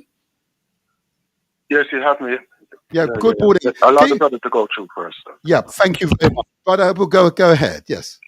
Yeah, thank you, Demotivator, for and Sister Jones. I think the whole Great British documentary, as a documentary changing the way that the UK sees itself, and looking at the fact of there being these black and white phenomena, and how this impacts on people's life. Listening to the program this morning, and the whole thing about family, family fragmentation, how families have been fragmented as a consequence of this idea of Britishness and this idea of black and white, and how a human being, Sister Joan, her own identity was driven into this space of who am I, what am I legitimate and valued? And I think that's the fundamental point around mental health and how the system as a whole relates to people. Are you accepted, or are you seen as something that is problematic? And the concept of black and white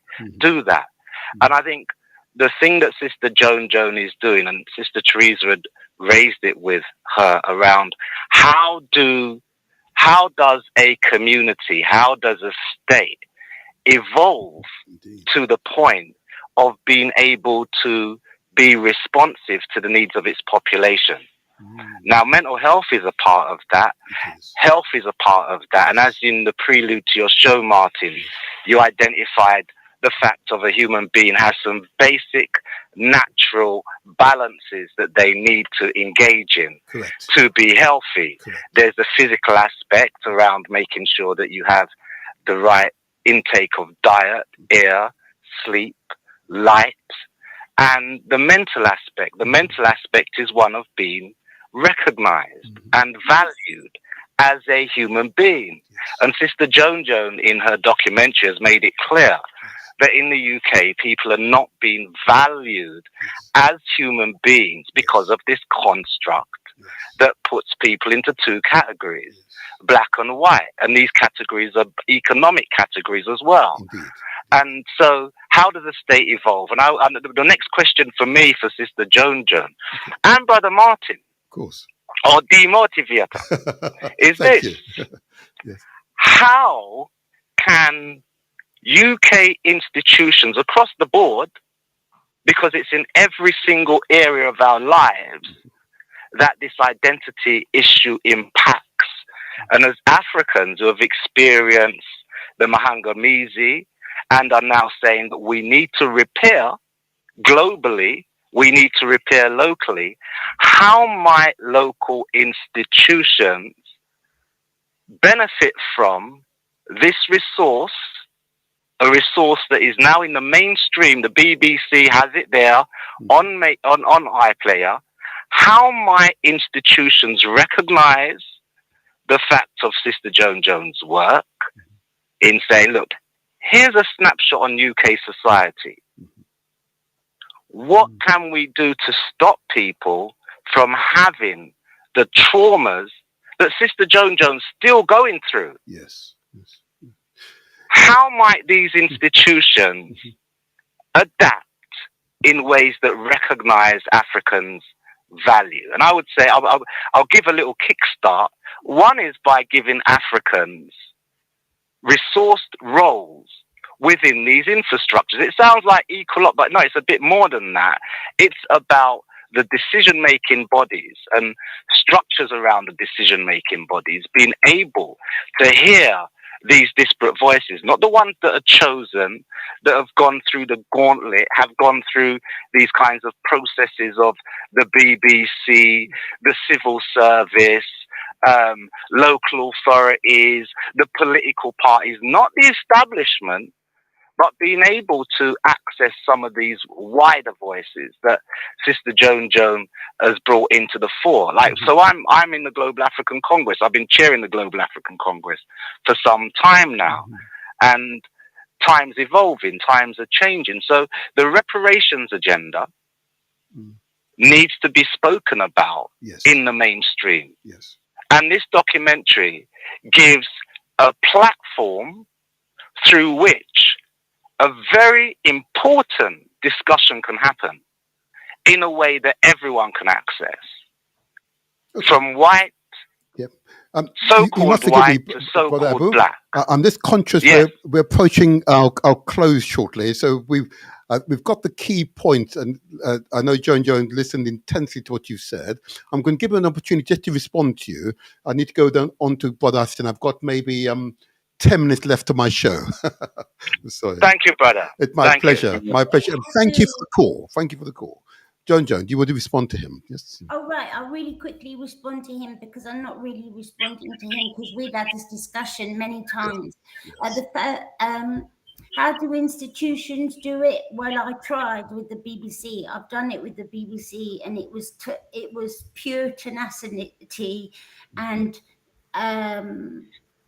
I had to secure the trust of European people, and I know that because I've got whiteness in me, it was easier. I'm sure that's got something to do with it. However,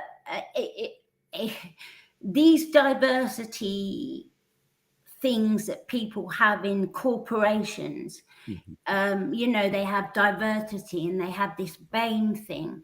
And what needs to happen is that everybody needs to write to their diversity and inclusion organization and tell them that they need to invite or get all their European staff to turn up to the meeting so that the people of African ascent don't have to bother, or the people who of children of immigrants of African ascent don't need to bother. There needs to be courses, BAME courses, where Europeans go only. Are required to attend. Yes, I get that. Thank you for that very, very useful response. Let's go to quickly Brother Aston. Brother Aston? Greetings, everybody. And we're grateful for your patience. Thank you. Sister Jojo, I'm very glad that the previous caller has covered most of the points that I wanted to ask you. But what I want to ask also is the impact. How do you feel the impact of the Black community and your ethnicity? I always mess that one up. But how does that impact on your well-being as well, because I know that we voice our opinions about like mixed race as well. Yeah. Well, I'd just like to hear your opinion on that. Greetings. It's very nice to meet you, Baba Aston, and thank you for asking that question. So what I would say is, it doesn't. Yeah, people will say that I'm not African. I think this is what the question is. I think this is what. Yes, that's correct. Yeah, that's correct. People would call me mutt. All sorts of things because I'm not black enough. I'm definitely not African. I'm just window shopping for a struggle. I've had all that. I've had it for years. Yeah. When I was making the documentary, it was actually quite amusing at times because people just thought I was an over-tanned Spaniard and I looked a bit off Morocco running around. It was only then that I realized, oh, I think I'm black, mixed, but nobody else realizes because I grew up in a white world where everyone called me black and half caste. So I understand why people might go, huh, who is she, light bright, coconut, whatever. I don't mind because my job is not to be offended. My job as a human, as a person of African ascent, is to make sure no one forgets my ancestors from Africa. And my job is also to make sure that children of African ascent know how great they are much earlier in Britain. So it does hurt. I do have trauma about it, but I think that there's a lot of trauma in our family, and I kind of have to learn to live with it because people may say I'm privileged. Well, I saw what happened to my mum. I saw it, and she's in trauma now. And she's the greatest British explorer I've ever met, as everyone here listening is, if they're of African ascent. And it hurts me that people jump to conclusions about mixed because we're not all sellouts. There's an immediate presumption that we're sellouts. And I understand because in the media, many mixed people are used and they sell out. They are anti-black and they do it subtly or violently. But I'm not one of those people. And it's Jojo, you said enough. You've absolutely said enough. I know you, so I can affirm that statement. But Aston, it's 5 to 10 now, so I'm almost out of time. No, you understand. I'll thank you for being very poignant on that. But it's still one of those things that's. I just wanted to hear your opinion on that, and I thank you for that. Well, thank you for asking. Thank you. Wow, beautiful call. Joan. Only less than a handful of minutes left now. Then I'm going to give you a minute. Give us your closing statement. We know we've got some idea of your next documentary. What's the closing message you'd like to leave with the audience here? Yeah. Okay. Thank you, Epic Brother Martin. There's two documentaries. The closing statement is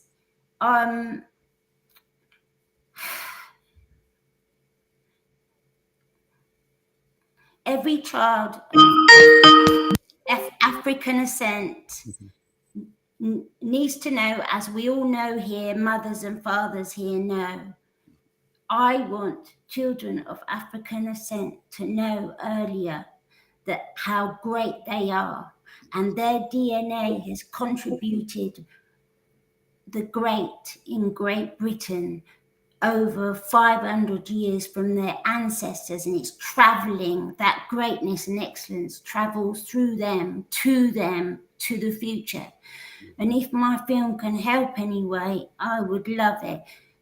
Because I've seen trauma in children.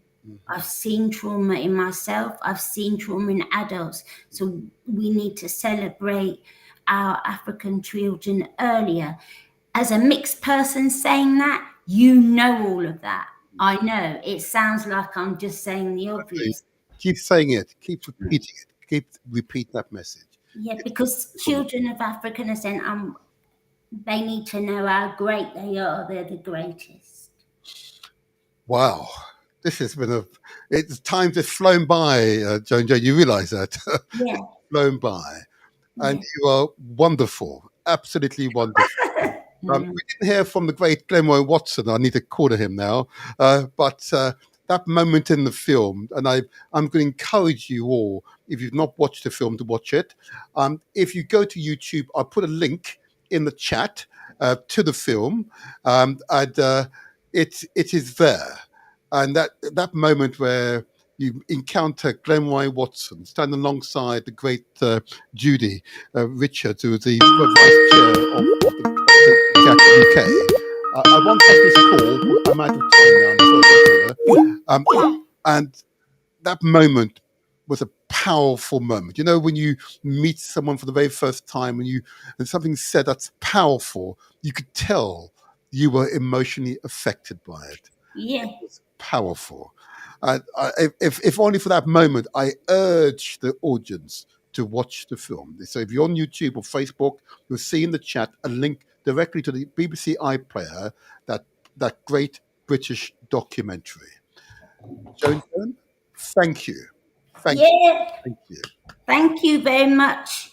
Yeah. I'm on Facebook as Joan. If anyone wants to message me, Joan. Thank you. I'll put your details up on the screen. But I want you to go and relax now. Thank you for getting up early for us this morning. Okay. You are epic. Epic. Thank you very much for your listeners. Thank you so much. Take care. I go now. Blessing. Bye-bye. Bye-bye. Wow. Wasn't that something? I'm now going to disconnect from the Galaxy of Freeway network. And I just want to give some announcements. Once I've done that, then we can close the show. It was wonderful. There you are. Now disconnected from Galaxy and Freeway network. Just want to give a few quick announcements before I leave you all. The first announcement, of course, is that, as I said at the opening of the show, the National Association of Black Supplementary Schools, or NABS, as Brother Nia likes to call it, of course, is our effort to support our children, a collective effort to support our children here in Britain. Families come together, individuals come together and pool their resources to provide the facilities for our children from ages, I know, from around 5, 6 up to 18, 19 years old. These are powerful institutions. Not only are they concerned with purely academic matters, but of course, spiritual, cultural matters as well. And the message that Sister Joan has just communicated, that we must make sure that our children know how great they are, what a great history we possess, what a great peoples that they belong to. It's an important part of showing up the psychological strength required for a child to survive the education system here in Britain, Europe, Americas, and beyond. It's a vital part of their general health and well-being. So to contact the National Association of Black Supplementary Schools, you want to find out where the nearest Saturday school will be to you, is as follows. The website address is on the screen for those of you who are watching. It's www.nabss.org.uk. www.3w.nabss.org.uk. Or you can email info@nabss.org.uk, or you can phone 07958 348 558. And I know Brother Nia would appreciate that, and I also appreciate if you're able to give a donation to ensure this service can continue. It's our responsibility to ensure it continues. It doesn't accept government money. It is our money, African money from our community, our sweat and blood That's the money that is ensuring NABS and the Saturday schools, supplementary schools that are across Britain are sustained. We sustain them for ourselves because it's our responsibility to ensure our children have the best start in life. Okay. Whew. The next quick announcement that I want to make, and this is a really interesting one, and if I just get the right graphics up on the screen, and this one I know you all will enjoy, and particularly if you are in Southwark or in South London or in London. In fact, if this is an event, I need to give an announcement, which is really an important event, which will happen tomorrow. That's July the 16th. It's a Ghanaian event, but it's an event for all Africans, wherever you come from, the Caribbean or from the continent of Africa, or indeed, please, if you're not even African, please come along. It's an event being held in the Camberwell Green in Camberwell. Those of you on screen, you could see the event details on screen, okay? And it is known as, and I know the Ghanaians are going to laugh at me when I pronounce it. It is the Kwasede Festival. It's been held in Camberwell Green. A Kwasede Festival. I know the Ghanaians will laugh at me, but I attempted, but I'll spell it. AKWASIDAE. Kwase. It's like an akhlawa, so it's basically introducing to our kings and our queens, learning the culture. So it's basically like that. We have loads of them, but it's nice to have one in South London because I've never been to one in South London. No, again for me, please. Pardon? Can you pronounce it? No, I said it's similar to an akhlawa, so it's basically where you meet the royalties of my region, anyway, the Ashanti region, and you learn about the culture, why we have kings and queens, the dancing. So it's basically that. It's just introducing to certain regions of Ghana. So that's what it's been. Wonderful. So it is an important event. It truly is a cultural event. And of course, what's really important about this event, that it's open to all. It's open to all. It's an event organised by the Southwark Black Parents Forum. So well done to the Southwark Black Parents Forum. They're very amazing. Yeah, absolutely. So I will be there tomorrow. Encouraging children to come along. I'm finding some children there by me, and I'll come along with a group of children to this event. They need to absorb an aspect of our culture. Okay. Please come back and tell me how it was. I shall. Well, you should come along yourself, Ma. I could, but my son has his basketball tournament tomorrow. It's his last of the season, so I'm going to be there, unfortunately. Oh, well, it's from 12 o'clock, I believe. This event from 12 to 4, I believe. Okay, it may be slightly later, but I know from 12 to 4. Okay. Well, knowing Ghanaians, it might be later. I don't want to say that, but I'll leave you to say. I can say it because they're my people, so I'll say it. I don't mind.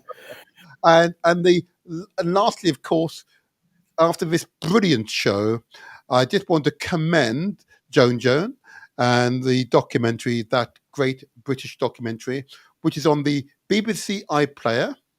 And if you wish to contact Joan, the email address is Joan, JOAN Great British Doc, with that doc is DOC at the end, at gmail.com. Okay, you can see it on screen. I commend the documentary to you. And if you're on Facebook or Gmail, forgive me, on YouTube, you'll see in the chat, I put a link to the iPlayer recording. It's there. There's a link for you, it makes it a lot easier to find it on the BBC iPlayer. Okay, so that was a tremendous experience, wasn't it? But my Empress, I hope you are well, my Empress.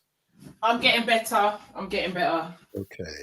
Well, I look forward, hopefully, to see you next week, my Empress. But I thank the audience. You've been a tremendous audience. I can see the numbers have gone up and up on this occasion. So I'm really pleased by your response. But again, I say again to you all, what ensures that we're able to continue these types of programs? That's if we receive your affirmation. Okay, so please indicate, and I'll just put it up on the screen. Either if you're on YouTube or Facebook, subscribe or give us a thumbs up or like, or share the recordings with your family and friends, okay? And that simply helps the algorithms to work and to spread the words about these shows. And I hope, please do this. It will be a great help to us and will ensure that these shows remain as popular as ever, okay?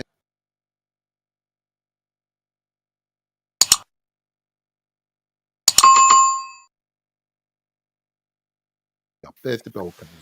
So I want you all to have a good strong. And to the next strong, I say to you all, be strong.